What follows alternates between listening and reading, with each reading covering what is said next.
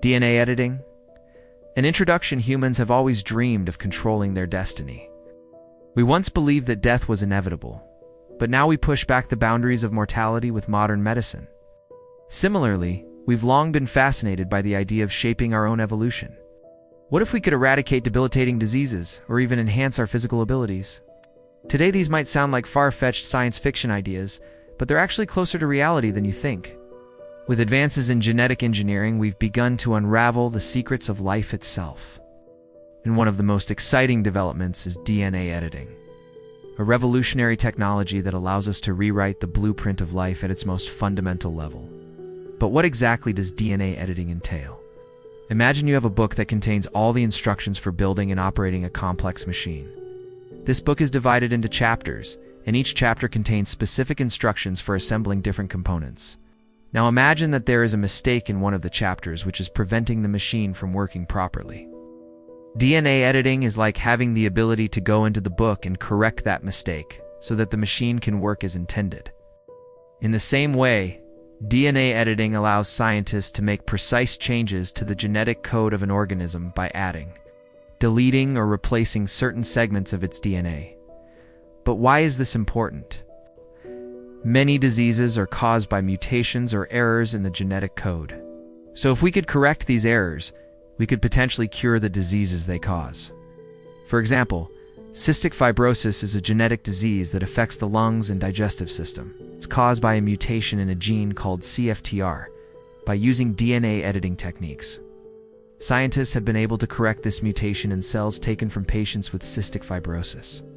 While more research is needed to determine whether this approach can be used to treat the disease in humans, it holds promise for one day providing a cure. Thalassemia is another genetic blood disorder that causes the body to make fewer red blood cells. It's caused by mutations in genes that control the production of hemoglobin, a protein found in red blood cells that carries oxygen. Again, DNA editing could potentially be used to correct these mutations and cure the disease. Beyond curing diseases, DNA editing could also be used to prevent them. For example, people with a genetic mutation known as BRCA1 are at increased risk of developing breast and ovarian cancer. By editing the DNA of these individuals, it may be possible to eliminate their risk of developing these cancers. DNA editing could also be used to combat viral infections such as HIV. The virus attacks the body's immune cells. It's making it difficult for the body to fight off other infections. By editing the DNA of immune cells, scientists have been able to make them resistant to HIV infection. This could potentially lead to a cure for the virus, which has been a major cause of death worldwide. Agricultural applications. One of the most promising applications of DNA editing is in agriculture. By modifying the genes of crops, farmers can increase their yield, improve their nutritional content, and make them more resistant to pests and diseases. For example, tomatoes naturally contain a compound called GABA, which has been shown to have calming effects on the body. However, the levels of GABA in tomatoes are low, which limits their potential health benefits. Using DNA editing techniques, scientists have developed a new variety of tomato with up to 10 times the amount of GABA as regular tomatoes. These tomatoes have been shown to reduce anxiety and blood pressure in animal studies, and could potentially be used to treat anxiety disorders in humans. Another example is rice, which is a staple food for billions of people around the world. However, rice production is threatened by various factors, including climate change and insect pests. Using DNA editing techniques, scientists have developed a new variety of rice that is resistant to these threats, which could help ensure that rice remains a reliable source of food for the world's population. Public health applications. DNA editing also has potential applications for public health. For example, mosquitoes are responsible for the spread of various diseases, including malaria and dengue fever. By modifying the genes of mosquitoes, it may be possible to reduce their ability to transmit these diseases, which could save countless lives. One approach being explored is to introduce genes into mosquitoes that make them resistant to the diseases they carry. Another approach is to modify the mosquito's DNA so that they produce only female offspring, which would reduce their population over time, since females are the ones who lay eggs. The technology behind DNA editing.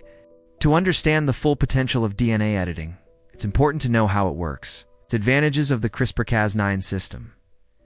The CRISPR-Cas9 system has several advantages that make it particularly well-suited for DNA editing. Firstly, it's highly precise, meaning that it can target specific parts of the DNA sequence without cutting the wrong parts. This is important because even a single cut in the wrong place can have unintended consequences. Secondly, it's relatively low cost compared to other DNA editing techniques, making it more accessible to researchers around the world. Finally, it's relatively simple to use, meaning that scientists can make changes to DNA quickly and easily. Ethical concerns and safety despite its many advantages. There are also a number of ethical concerns and safety risks associated with DNA editing. One of the biggest concerns is the possibility of editing human embryos, which could potentially introduce heritable changes to the human genome. This raises a number of ethical questions about what changes are acceptable and who should decide which changes are made.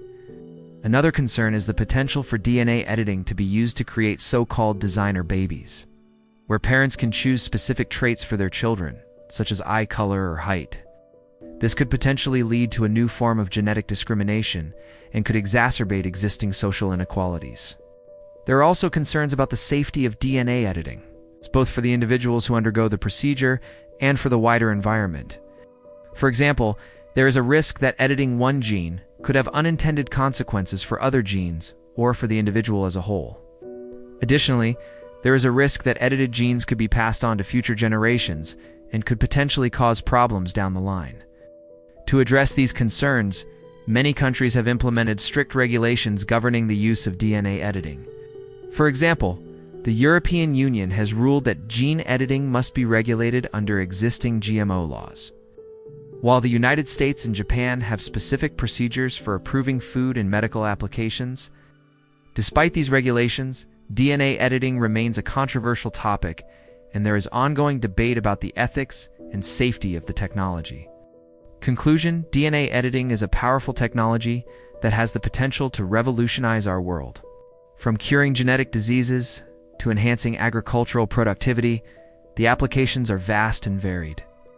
However, it's important to approach this technology with caution and to consider the ethical concerns and safety risks involved. As we continue to explore the potential of DNA editing, it's crucial that we do so responsibly and with the guidance of thoughtful collaboration between scientists, society, and governments. True progress lies in striking a balance between the incredible potential of this technology and the need to protect the health and well-being of both individuals and the environment.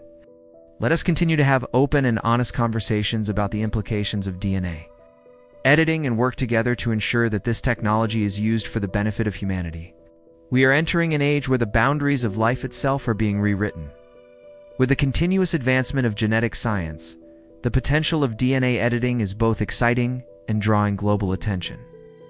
We are now at a pivotal moment in history, one where we can rewrite the code of life.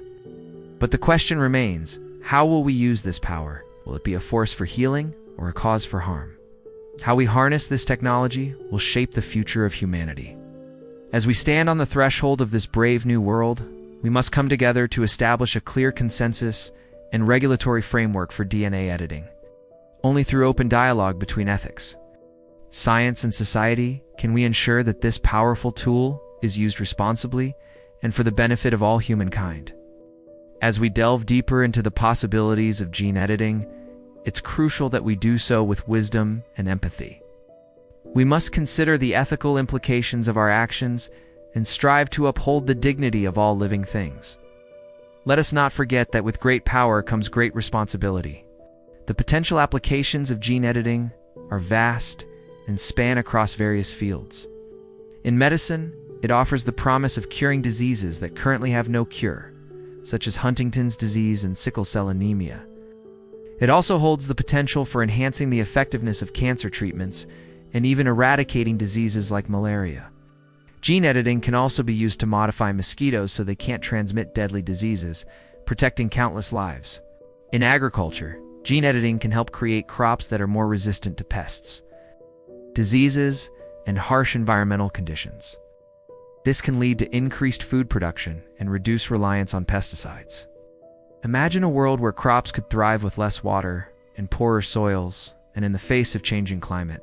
However, with these incredible benefits come significant challenges and ethical considerations. It's concerns about the unintended consequences of gene editing.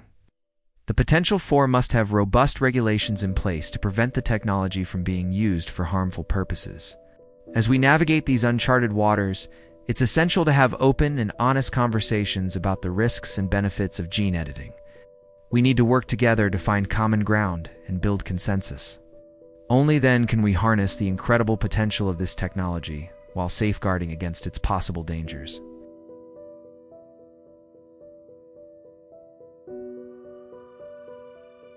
European Union, the European Court, has ruled that gene editing must be regulated under GMO laws. However, many countries within the EU still promote and allow research, especially in agriculture. Canada, Australia, India. These countries grow and study genetically modified crops. For example, Canada grows GM rapeseed, while India focuses on GM cotton. The future world will be reshaped by technology, but ultimately defined by our choices. If you too believe in the power of innovation, curiosity, and humanity, I invite you to walk this journey with me. Don't forget to follow me so we can keep exploring the limitless possibilities of life, science, and hope. See you next time.